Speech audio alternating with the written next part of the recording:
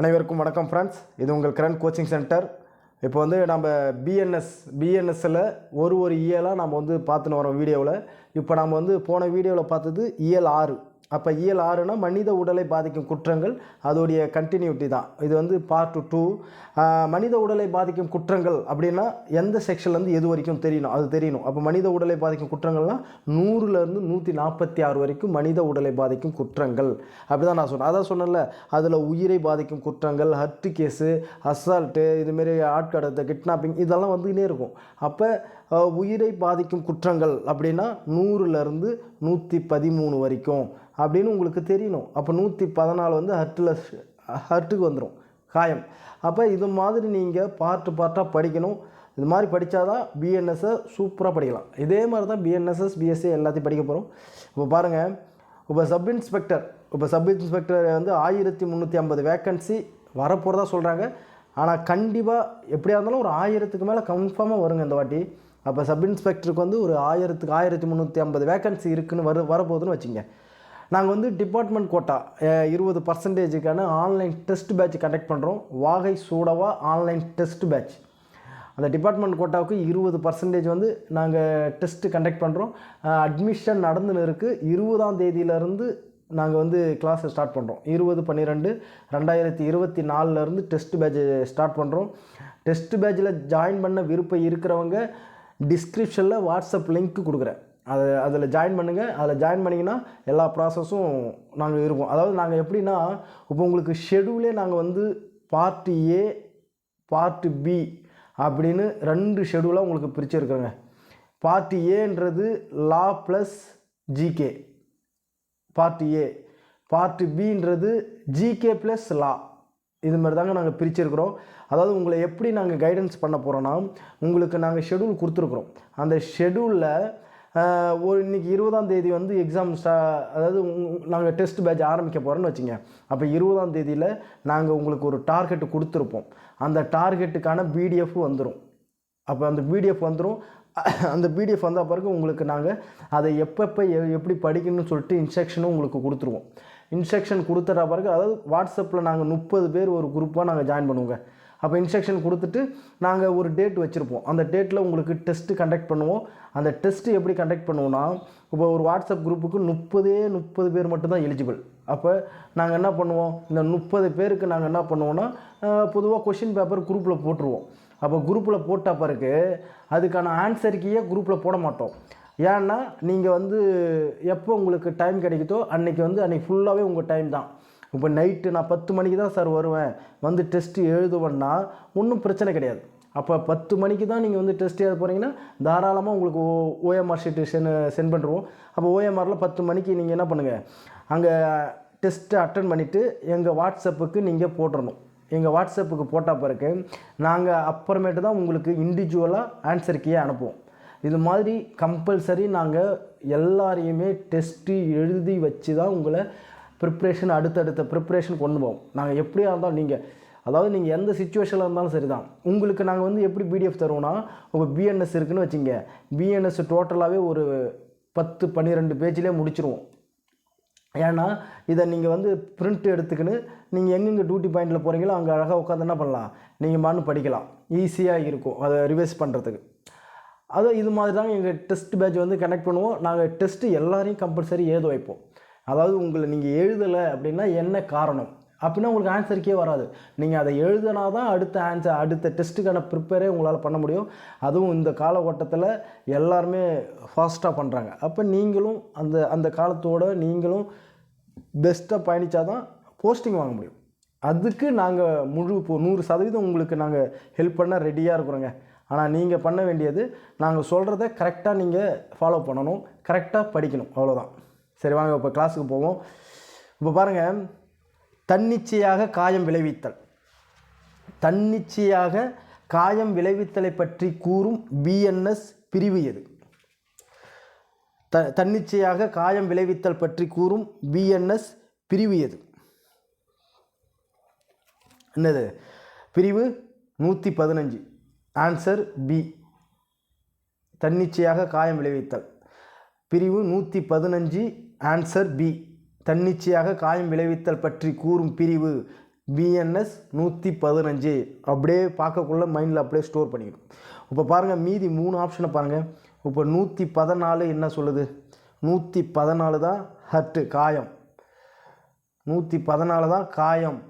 அப்போ காயத்தை பற்றி சொல்கிறேன். ஏன்னா நான் தான் உங்களுக்கு சொன்னல உயிரை பற்றியதுன்னா 100லேருந்து 113 செக்ஷன் வரைக்கும் உயிரை பற்றியது. அப்போ ஹர்ட்டு கேஸுனால் 114லேருந்து 125 வரைக்கும் ஹர்ட்டு கேஸு காயத்தை பற்றி சொல்கிறது. இது மாதிரி தான் நீங்கள் பார்ட்டாக அப்படி ஞாபகம் வச்சுக்கணும். அது நான் உங்களுக்கு டெஸ்ட் பேட்சில் எப்படி ஞாபகம் வச்சுக்கணும், அதுக்குன்னு உங்களுக்கு ஒரு பிடிஎஃப் நான் கொடுப்பேன். இப்போ இதெல்லாம் நீங்கள் அழகாக நீங்கள் என்ன பண்ணலாம், இப்போ நான் அதுக்குன்னே தனி ஒரு பிடிஎஃப் கொடுப்பேன். ஃபஸ்ட்டு நீங்கள் உங்களை அதை தான் மனப்பாடம் பண்ண சொல்லுவேன். அது மாதிரி மனப்பாடம் பண்ணிங்கன்னா ஈஸியாக உங்களுக்கு ஸ்டோர் ஆகிடும். அடுத்தது 116 பாருங்கள். 116 என்ன சொல்லுதுன்னா கிரிவியஸ் ஹர்ட், அதாவது கொடுங்காயம். 116 கொடுங்காயம் பற்றி சொல்கிறது. அப்போ கொடுங்காயத்தில் எத்தனை டைப்பு சொல்கிறாங்கன்னா ஒரு 8 டைப் வந்து கொடுங்காயத்தை பற்றி சொல்லுவாங்க. அதாவது கொடுங்காயத்துக்கான இதெல்லாம் கொடுங்காயம்: ஆண்மையற்றவராக்குதல், கண்களில் எதனா கண் போகிறது, பல்லு விழ வைக்கிறது, கையை உடைக்கிறது, காது கேட்காம பண்ணுறது, முகத்தை விகாரமாக பண்ணுறது, அதெல்லாம் கொடுங்காயத்தில் அடங்கும். அது மாதிரி 8 டைப் இருக்குது. இது மாதிரி கேட்பாங்க கொடுங்காயத்தில் எத்தனை டைப் இருக்குன்னா 8 டைப்பில் வந்து கொடுங்காயத்தை பற்றி சொல்லுவாங்க. 117 பாருங்கள். 117 தன்னிச்சையாக கொடுங்காயம் விளைவித்தல். தன்னிச்சையாக கொடுங்காயம் விளைவித்தல் பற்றி சொல்கிறது தான் 117. தன்னிச்சையாக கொடுங்காயம்ன்றது 117. அப்போ பாருங்கள் 114ன்றது காயம், ஹர்ட்டு. 115ன்றது தன்னிச்சையாக காயம் விளைவித்தல். நல்லா பார்த்துங்க, காயம் விளைவித்தல்.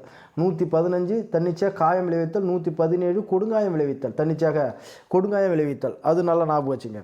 அப்போ பார்த்துங்க 114ன்றது காயம், 115ன்றது தன்னிச்சையாக வாலண்டரியாக காயம் விளைவித்தல். 116ன்றது கொடுங்காயத்துக்கான டெஃபினேஷன். 117ன்றது தன்னிச்சையாக கொடுங்காயம் விளைவித்தல். இதான் வந்து 4 செக்ஷன். இப்போ 4 செக்ஷன் உங்களுக்கு ஈஸியாக புரிஞ்சிருக்கும். இப்போ அடுத்தது பாருங்கள், இது மாதிரி தான் உங்களுக்கெல்லாம் கொஷினில் கேட்டுக்கினே இருப்பாங்க. எப்பயுமே கொஷினில் உங்களுக்கு இப்படி தான் கொஷினே எடுக்கிறாங்க. அப்போ வாக்கியம் 1 பாருங்கள். ஒப்புதல் வாக்குமூலத்தை அச்சுறுத்தி பெறுவதற்கு கொடுங்காயம் விளைவித்தல் பற்றி கூறும் பிரிவு 120 பிஎன்எஸ். கரெக்டாக இது? ஒப்புதல் வாக்குமூலத்தை அச்சுறுத்தி பெறுவதற்கு கொடுங்காயம் விளைவித்தல் பற்றி கூறும் பிரிவு 120 பிஎன்எஸ். கரெக்டு தான். ஏன்னா அப்போ 120 என்ன சொல்லுது?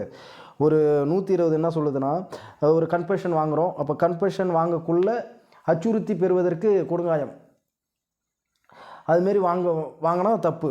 அதுக்கு 120. அதாவது ஒரு கன்ஃபெஷனை வந்து வாங்கிறதுக்கு கிரிவியஸ் ஹர்ட் வந்து நம்ம யூஸ் பண்ணக்கூடாது. அது மாதிரி தான் ஒப்புதல் வாக்குமூலத்தை அச்சுறுத்தி பெறுவதற்கு கொடுங்காயம் விளைவித்தல் பற்றி கூறும் பிஎன்எஸ் எதுனா 120. கரெக்டு தான். அப்போ ரெண்டாவது வாக்கியத்தை பாருங்கள். பொது ஊழியரை அவரது கடமையிலிருந்து தடுக்க தன்னிச்சையாக கொடுங்காயம் விளைவித்தல் பற்றி கூறும் பிரிவு 122 பிஎன்எஸ். இது கரெக்டா? பொது ஊழியரை அவரது கடமையிலிருந்து தடுக்க தன்னிச்சையாக கொடுங்காயம் விளைவித்தல் பற்றி கூறும் பிரிவு 122. இது கரெக்டானா இது தப்பு. அப்போ 1 ரைட்டு, 2 தப்பு. அப்போ இதுக்கு ஆன்சர் என்னது? வாக்கியம் 1 சரி, 2 தவறு, சி தான். அப்போ 122 தப்பு. அப்போ பொது ஊழியரை அவரது கடமையிலிருந்து தடுக்க தன்னிச்சையாக கொடுங்காயம் விளைவித்தல் பற்றி கூறும் பிஎன்எஸ் பிரிவு எதுனா 121. அப்போ 121 தான் கரெக்டு. ஒரு கவர்மெண்ட் சர்வெண்ட் இருக்கிறாரு, அவரை போய் என்ன பண்ணுறாரு, அவருடைய டியூட்டியை பார்க்காம அவர் வந்து தடுத்து கிரிவியஸ் ஹர்ட் ஏற்படுத்தினா அதுக்கு வந்து 121. அப்போ 122 என்ன சொல்லுது? அப்போ 122 என்ன சார் சொல்லுதுன்னா 122 வந்து ஒரு ஆத்திரமூட்டி தன்னிச்சையாக காயம் அல்லது கொடுங்காயம் விளைவித்தல். ஆத்திரமூட்டி தன்னிச்சையாக அல்லது ஆத்திரமூட்டி தன்னிச்சையாக காயம் அல்லது கொடுங்காயம் விளைவித்தல். ஆத்திரமூட்டுறதை பற்றி சொல்கிறது 122. இதுமாரி தான், இதுதான் கோடு வேர்டு. இதை தான் ஞாபகம் வச்சுக்கணும். அப்போ ஆத்திரமூட்டி தன்னிச்சையாக காயம் அல்லது கொடுங்காயம் விளைவிக்கிறது 122. அப்போ 121 என்னது? ஒரு பொது ஊழியரை ஒரு கடமையிலிருந்து கொடுங்காயம் விளைவித்தல் அப்படின்னு தன்னிச்சையாக காயம் அல்லது கொடுங்காயம் விளைவித்தல் பொது ஊழியருக்கு கொடுங்காயம் அப்படின்னு ஞாபகம் வச்சுக்கணும். 121. இதுமாரி தாங்க நீங்கள் ஞாபகம் வச்சுக்கணும். அடுத்தது 3ஆவது கொஸ்டின் பாருங்கள். ஒரு குற்றத்தை செய்யும் உட்கருத்துடன் நஞ்சு மூலம் காயம் விளைவித்தல் பற்றி கூறும் பிஎன்எஸ் பிரிவு எது? அதாவது நல்லா பாருங்கள், ஒரு குற்றத்தை செய்யும் உட்கருத்துடன் நஞ்சு மூலம் காயம் விளைவித்தல் பற்றி, நஞ்சு விஷம் கொடுக்குறான், அப்போ காயம் விளைவித்தல் பற்றி கூறும் பிஎன்எஸ் பிரிவு எதுனா இதுக்கு ஆன்சர் வந்து பி 123. ஒரு குற்றத்தை செய்யும் உட்கருத்துடன் நஞ்சு மூலம் காயம் விளைவித்தல் பற்றி சொல்கிறது 123. ரொம்ப முக்கியமான கொஷின், இதை ஞாபகம் வச்சுங்க. அப்போ மீதி கொஷினை பாருங்கள். 122 என்ன சொல்லுது? 122 என்ன சொல்லுதுன்னா, ஆத்திரமூட்டினதன் பேரில் தன்னிச்சையாக காயம் அல்லது கொடுங்காயம் விளைவித்தல். அதை நான் தான் முதலே சொன்னேன். 120 என்ன சொல்லுதுன்னா, ஆத்திரமூட்டுறதன் பேரில் தன்னிச்சையாக காயம் அல்லது கொடுங்காயம் விளைவித்தல் 122. 124 பாருங்கள். 124 வந்து ஆசிடை யூஸ் பண்ணி கொடுங்காயம் விளைவித்தல். ஆசிடெல்லாம் ஊற்றுறானுல, அப்போ அதாவது திரவாகும் ஆசிடு இது மாதிரி போட்டு கொடுங்காயம் விளைவித்தலை பற்றி சொல்கிறது 124. ஆசிடு 124 வந்து ஆசிடை ஊற்றி கொடுங்காயம் விளைவித்தல், தனிச்சாக கொடுங்காயம் விளைவிக்கிறத பற்றி சொல்கிறது 124. 125 பாருங்கள். 125 அதாவது உயிருக்கு அல்லது மற்றவர்களின் உடற் பாதுகாப்பிற்கு அபாயம் விளைவிக்கிற செய்கை. உயிருக்கு அல்லது மற்றவர்களின் உடற்பாதுகாப்பு மற்றவர்களின் உடற்பாதுகாப்புக்கு அபாயம் விளைவிக்கிற செய்கை தான் 125. அப்போ 125 என்னது? உயிருக்கோ அல்லது மற்றவர்களின் உடற்பாதுகாப்பிற்கோ ஒரு அபாயம் விளைவிக்கிற செய்கை 125. 124 வந்து ஆசிடை ஊற்றி கொடுங்காயம் ஏற்படுத்துறது. 123ன்றது ஒரு குற்றத்தை செய்யும் உட்கருத்துடன் நஞ்சு மூலம் காயம் விளைவித்தல், நஞ்சு விஷம் கொடுத்து காயம் விளைவிக்கிறது 123. 122 அப்படின்றது என்ன சொல்கிறேன்? ஆத்திரமூட்டம் பேரில் காயம் அல்லது கொடுங்காயம் விளைவித்தல் அப்படின்னு ஞாபகம் வச்சுக்கணும். அடுத்தது 4ஆவது கொஸ்டின் பாருங்கள். கீழ்கண்டவற்றை பொறுத்துக. சட்டவிரோதமாக அடைத்து வைத்தல் இதுக்கு என்ன பிரிவு? 126 கரெக்டு. சட்டவிரோதமாக தடுத்து வைத்தல் இதுக்கு 127 கரெக்டு தான். சட்டவிரோதமாக அடைத்து வைத்தல் அப்படின்றது 127. தப்பு நல்லா ஞாபகம் வச்சுங்க. சட்டவிரோதமாக அடைத்து வைத்தல் அப்படின்றது 127. சட்டவிரோதமாக தடுத்து வைத்தல் அப்படின்றது 126. வன்முறை 128. குற்ற வன்முறை 129. அப்போ இதுக்கு என்ன ஆன்சர்னா 1க்கு 2, 2க்கு 1. அப்போ இதில் எந்த ஆப்ஷனுமே இல்லை. அப்போ என்ன ஆன்சர் கொடுத்துருக்கணும்? 1க்கு 2, 2க்கு 1, 3, 4. 2, 1, 3, 4 இதான் ஆன்சர். தப்பாக பிரிண்ட் பண்ணியிருக்கிறாங்க. இதுக்கு ஆன்சர் என்னது? 2, 1, 3, 4. புரியுதுங்களா? ஒன்றும் இல்லை. சட்டவிரோதமாக அடைத்து வைத்தல்ன்றது 127. சட்டவிரோதமாக தடுத்து வைத்தல்ன்றது 126. வன்முறைன்றது 128 கரெக்டு. குற்ற வன்முறைன்றது 129. அப்போ வன்முறை குற்றமுறு வன்முறை அப்போ வன்முறைக்கு வந்துடும். அது மாதிரி தான் வரணும். சரி, ஓகே. அடுத்த 5ஆவது கொஸ்டின் பாருங்கள். பொது ஊழியரை அவர் கடமையிலிருந்து செய்வதிலிருந்து தடை செய்வதற்கு கடமையை செய்வதிலிருந்து தடை செய்வதற்கு வன்முறையை பயன்படுத்துதல் பற்றி கூறும் பிஎன்எஸ் பிரிவு அப்படி கேட்குறாங்க. பொது ஊழியரை அவர் கடமை செய்வதிலிருந்து தடை செய்வதற்கு வன்முறையை பயன்படுத்துதல் பற்றி கூறும் பிஎன்எஸ் பிரிவு எதுனா என்னது? 132. ஆப்ஷன் சி பிரிவு 132. இதெல்லாம் ரொம்ப முக்கியமான கொஷின்.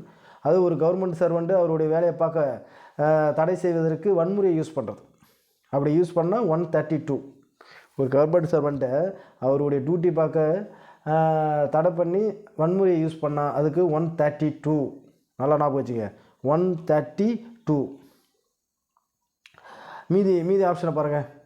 134 என்ன பண்ணுது? 134 என்ன சொல்லுதுன்னா, ஒருவர் கொண்டு செல்லும் பொருளை திருட முயலும் போது வன்முறையை யூஸ் பண்ணுறது. ஒருவர் கொண்டு செல்லும், அதாவது ஒருத்தவங்க எடுத்துன்னு போகிறாங்க ஒரு பொருளை, அதை திருடுறதுக்கு வன்முறையை யூஸ் பண்ணுறது வந்து 130. அப்போ என்ன சொல்லணும், பொருளை திருட, அதாவது ஒருத்தவங்க கொண்டு போகிற பொருளை திருட வன்முறை யூஸ் பண்ணுறது, வன்முறை யூஸ் பண்ணுறது வந்து 134. 1 3 4 1 + 3 4. அது என்ன சொல்லுதுன்னா, ஒருத்தவங்க பொருளை எடுத்துகிட்டு போகிறத அதை திருட முயலும் போது வன்முறையை யூஸ் பண்ணுறது தப்புன்னு சொல்கிறது தான் 134. 133 பாருங்கள், கடுமையாக ஆத்திரமூட்டதன் பேரில் வேறு வகையில் அவமானப்படுத்தும் எண்ணத்தில் வன்முறையை யூஸ் பண்ணுறது. நான் சொல்கிறது புரியுதுங்களா? கடுமையாக ஆத்திரமூட்டப்படுவதன் பேரில் அல்லாமல் வேறு வகையில் அவமானப்படுத்தும், அதுதான் முக்கியம், அவமானப்படுத்தும் எண்ணத்தில், அதாவது ஒருத்தர் செருப்பை அடிக்கிறான், அதெல்லாம் அந்த இதில் தான் வரும். அவமானப்படுத்தும் எண்ணத்தில் வன்முறையை பயன்படுத்துதல், தாக்குதல் அல்லது வன்முறையை பயன்படுத்துதல். இது வந்து என்னது 133. 131 பாருங்கள், 131 இது என்னன்னா அல்லது ஆத்திரமூட்டுறதன் பேரில் அல்லாமல் வேறு வகையில், ஆத்திரமூட்டதன் பேரில் அல்லாமல் வேறு வகையில் தாக்குதல் அல்லது வன்முறைக்கு தண்டனை, பனிஷ்மெண்ட் சொல்கிறாங்க. அதாவது கடுமையாக ஆத்திரமூட்டப்பட்டதன் பேரில் அல்லாமல் வேறு வகையில் தாக்குதல் அல்லது குற்றமுறு வன்முறைக்கு தண்டனை, அதான் 131. இல்லை 131 நல்லா கிளியராக சொல்கிறாங்க. அதாவது கடுமையாக ஆத்திரமூட்டப்பட்டதன் பேரில் அல்லாமல் வேறு வகையில் தாக்குதல் அல்லது குற்றமுறு வன்முறைக்கு தண்டனை, அதுதான் 131. 6வது கொஸ்டின் பாருங்கள், கீழ்கண்டவற்றில் சரியானவை தேர்ந்தெடு. பிச்சை எடுப்பது பொருள். வித்தியாசமாக இருக்க கொஷினே. பிச்சை எடுப்பது பொருள். ஆக்சுவலாக பிச்சை எடுப்பது பொருள் அப்படின்னா என்னது, இது எப்படின்னா, பிச்சை எடுப்பது பொருள் என்ன சொல்லுங்க பார்ப்போம். பாடுவதா, ஆடுவதா, இல்லை குறி சொல்வதா? இவை அனைத்தும், இது எல்லாமே பிச்சை எடுப்பது தான். பாட வைக்கிறது, ஆட வைக்கிறது, குறி சொல்ல வைக்கிறது, இது எல்லாமே என்னது, பிச்சை எடுப்பது தான். அதாவது 139 BNS 139 பாருங்கள். 139ல் கிளாஸ் 4 இருக்குது. அந்த சப்செக்ஷன் 4 என்ன சொல்லுதுன்னா, பிச்சை எடுப்பது என்பதன் பொருள் அப்படின்னு சொல்லிட்டு, பாடுவது, ஆடுவது, குறி சொல்வது, ஜால வித்தைகள் செய்வது, பண்டங்கள் விற்பனை செய்வது. அதாவது அவங்க வந்து என்டர்ப்ரனர்ஷிப்பை சொல்லலை. அதாவது இதெல்லாம் ஒரு குழந்தைய பிடிச்சிட்டு போய் குழந்தைய கடத்தி செல்லி, நீங்கள் ஒரு குழந்தைய கடத்தி செல்ல போகிறீங்க, உங்கள் குழந்தைய கடத்தின்னு போய் நீங்கள் இந்த வேலையெல்லாம் செய்ய சொன்னீங்கன்னா இதெல்லாம் பிச்சை எடுக்கிறதுக்கு அர்த்தம்ன்றாங்க. பிச்சை எடுக்கிறதுக்கு அர்த்தம் எப்படி, குழந்தையை, அதாவது இங்கே குழந்தைய நீங்கள் கடத்தின்னு போகிறீங்க, அப்போ கடத்தின்னு போய் அந்த குழந்தைய நீங்கள் பாட வைக்கிறது, ஆட வைக்கிறது, குறி சொல்ல வைக்கிறது, இதெல்லாம் பிச்சை எடுப்பது பொருள் அப்படின்னு 139 சப்செக்ஷன் 4ல் எக்ஸ்பிளைன் பண்ணிக்கிறாங்க. ஓகே, உங்களுக்கு இந்த வீடியோ பிடிச்சிருந்தா உங்கள் ஃப்ரெண்ட்ஸுக்கு ஷேர் பண்ணுங்கள். மறக்காமல் எங்களுடைய டெஸ்ட் பேட்சில் ஜாயின் பண்ணுங்கள். எங்களுடைய சேனலை சப்ஸ்கிரைப் பண்ணி எக்ஸாமில் சக்ஸஸ் ஆகுங்க. தேங்க்யூ.